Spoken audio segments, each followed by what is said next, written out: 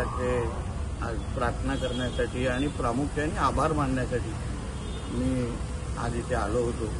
सिंधुदुर्गाच्या राजांनी नेहमीच आम्हा राणे कुटुंबांना भरभरून दिलेला आहे, आशीर्वाद दिलेला आहे आणि गेल्या वर्षी तर लोकसभा आणि विधानसभेच्या दोन्ही निवडणुकीमध्ये राणे साहेबांना आणि आम्हाला सगळ्या जणांना भरभरून आशीर्वाद आमच्या सिंधुदुर्ग राजांनी दिलेले आहे। म्हणून यावर्षी त्याचे आभार मानण्यासाठी आलेलो आहे। आज सिंधुदुर्गाचा पालकमंत्री म्हणून मला या जनतेची सेवा करण्यासाठी जो पाठबळ आणि जो आशीर्वाद पाहिजे तो सिंधुदुर्ग राजांनी माझ्या पाठीशी उभं करावं एवढी प्रार्थना त्याच्याकडे करण्यासाठी आलेलो आहे। साहेब, फडणवीस सरकारने आज मराठा आंदोलकांना न्याय दिलाय, आरक्षण दिलंय, यांना मराठा समाजाला कसं बघता? प्रामुख्याने जे आंदोलक करते होते त्यांची जी प्रमुख मागणी होती किंवा जुनी आणि प्रमुख मागणी होती की मराठवाड्यापुरतं जो काही कुणबी नोंदणी होत्या त्याला तुम्ही समाजाला त्या द्यावा आणि हैदराबाद गॅजेटच्या प्रमाणे, आणि तो एक महत्त्वाचा निर्णय आमच्या महायुतीच्या सरकारच्या उपसमितीने घेतलेला आहे, ज्याचे प्रमुख स्वतः विखे पाटील जे होते। पण ह्या निमित्ताने मी हे आवर्जून याचा उल्लेख करीन की आपण महाराष्ट्राच्या इतिहासामध्ये एक पूर्ण अगर वाटचाल तुम्ही पाहिली की जेव्हा जेव्हा मराठा समाजाला न्याय मिळालेला आहे, जेव्हा जेव्हा मराठा समाजाने गुलाल उधळलेला आहे, त्याचा ते फक्त फडणवीस साहेबांच्याच सरकारच्या कालावधीमध्ये झालेला आहे। पहिलं पण 14 ते 19 मध्ये फडणवीस साहेबांनी आरक्षण दिलं आणि ते टिकून दाखवलं। नंतर 2.5 वर्षाच्या आमच्या महायुतीच्या कालावधीमध्ये तेव्हा पण फडणवीस साहेब त्या सत्तेमध्ये होते, शिंदे साहेब मुख्यमंत्री होते, तेव्हाही 10% आरक्षण दिलं। आणि आज परत एकदा जे आंदोलकर्त्यांचं जरांगे पाटलांची सर्वात जुनी आणि महत्त्वाची मागणी होती की बाबा आम्हाला मराठवाड्यापुरतंच तुम्ही आम्हाला कुणबीच्या नोंदणी शोधून द्या आणि त्या पद्धतीने मराठा समाजाला न्याय द्या।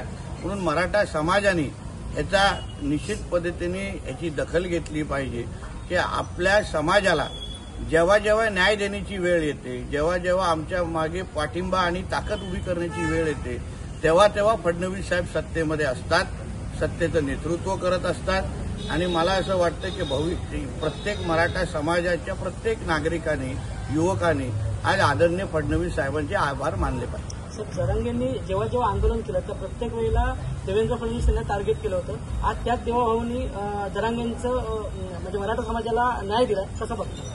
शेवटी मी हेच तो बोललो ना की शेवटी तुम्ही देवाभाऊंना टार्गेट करता, आमच्या आदरणीय फडणवीस साहेबांच्या बद्दल अपशब्द करता, पण तोच माणूस शेवटी तुम्हाला न्याय देतोय। जेव्हा जेव्हा पण त्यांनी मुख्यमंत्री म्हणून राहिलेत किंवा सरकारमध्ये राहिलेत तेव्हा तेव्हा मराठा समाजाच्या इतिहासामध्ये कुणीच प्रश्न सोडवले नाही। म्हणजे आरक्षण हा विषय आत्ताचा नाहीये, पण फार जुना प्रश्न आहे। पण पहिल्यांदा टिकणारं आरक्षण राणे समितीच्या अनुसार कोणी दिलं असेल तर ते फडणवीस साहेबांनी दिले होते। आज पण अगर तुम्ही प्रामुख्याने बघितलं ना, ओबीसी समाजाला दुखवलं आणि मराठा समाजाला न्याय दिला। आणि कुठल्याही परिस्थितीमध्ये हिंदू समाजाला जे काय तोडण्याचे जे प्रयत्न होत होते जातीच्या नावाने, ते आमच्या फडणवीस साहेबांनी थांबून दाखवले। म्हणून त्यांचे जेवढे आभार मानावे तेवढे कमीच। तुमच्या संकल्पनेतील रोरो जी चाचणी आज यशस्वी ठरली आहे, कधीपासून ही रोरो सेवा आता कोकणवासियांच्या सेवेत दाखल होईल? मला वाटतं आज फार ऐतिहासिक दिवस आपल्या कोकणवासियांसाठी आहे की जसं जो रोरो सर्व्हिसची वाट आपण सगळेच पाहत होतो, त्याची एक अतिशय आज यशस्वी चाचणी आज झालेली आहे। मुंबईकडून निघालेली आमची रोरो ही पहिलं जयगडला थांबली आणि आता विजयदुर्गला ती थांबलेली आहे आणि उद्या सकाळी परत एकदा मुंबईकडे ती जाणार आहे। आणि मग त्यानंतर फायनल सगळ्या गोष्टी झाल्यानंतर येणाऱ्या 2 ते जास्तीत जास्त 3 दिवसामध्ये आपलं ती रोरो सर्व्हिस पॅसेंजरना घेऊन येण्यासाठी ती सुरुवात करणार आहे। कोकणवासियांना आपल्या गावी घेऊन जाणं आणि गावावरून परत मुंबईकडे घेऊन जाणं, ते पण रत्नागिरीपर्यंत जयगडपर्यंत 3-3.5 तास आणि विजयदुर्गपर्यंत 4.5 तासामध्ये, एवढ्या कमी कालावधीमध्ये आपल्याला कोकणाकडे आणि परत एकदा मुंबईला जाण्याची संधी ह्या निमित्ताने उपलब्ध होणार आहे। त्याच्यामुळे रोजगार असो, व्यापार असो आणि पर्यटन ह्या सगळ्या बाबतीमध्ये कोकण आता गतिमान पद्धतीने पुढे जाणार आहे। म्हणून मला विश्वास आहे जेव्हा पण ही रोरो सर्व्हिस सुरू होईल तेव्हा कोकणासाठी ही एक गेम चेंजर ठरणार आहे. घरासाठी, ऑफिससाठी, रेस्टॉरंटसाठी, हॉटेलसाठी फर्निचर शोधतात आम्ही घेऊन आलो आहोत. फर्निचर मध्ये व्हरायटीज, डिझाईन्स. तर आजच भेट द्या MIDC कुडाळ येथील आमच्या प्रशस्त शोरूमला. प्रिझन्स furniture mall Kudal, best furniture store. आमच्याकडे मिळेल दीर्घकाळ टिकणारी आकर्षक लाकडी फर्निचर, तीही विविध डिझाईन मध्ये. आमच्या प्रशस्त शोरूम मध्ये आपण येऊन पाहू शकता. आपल्या टुमदार घरासाठी आकर्षक पद्धतीचे sofa set, bed, chairs, dining table, लाकडी पाळणा, तीही एकाच दालनामध्ये.